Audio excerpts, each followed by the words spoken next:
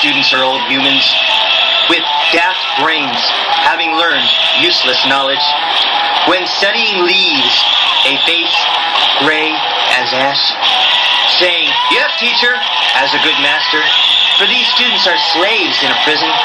where no hope of intellect is blooming, as emerging dreams are plucked out of eyes, where murder wears curriculum smile, cavorted with government idiots who want to murder creativity. The teachers flourish among brainwashed fools, then call some cultivated geniuses delivered with administrative swords, where murder has been agreed on by vote, being done for money and a quick fix, as the states feel safe in large numbers, wearing uniforms and big, heavy boots, armed with a militant license to kill, carrying a book of solemn put-downs, hoping to murder creativity. The schools are full of stained information, stabbing with a pen, and old curved keyboards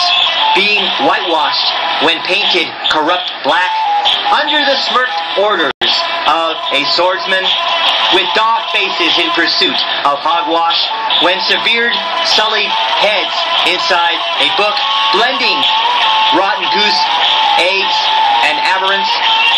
for promises of a change that never come, with administrative repentance forced,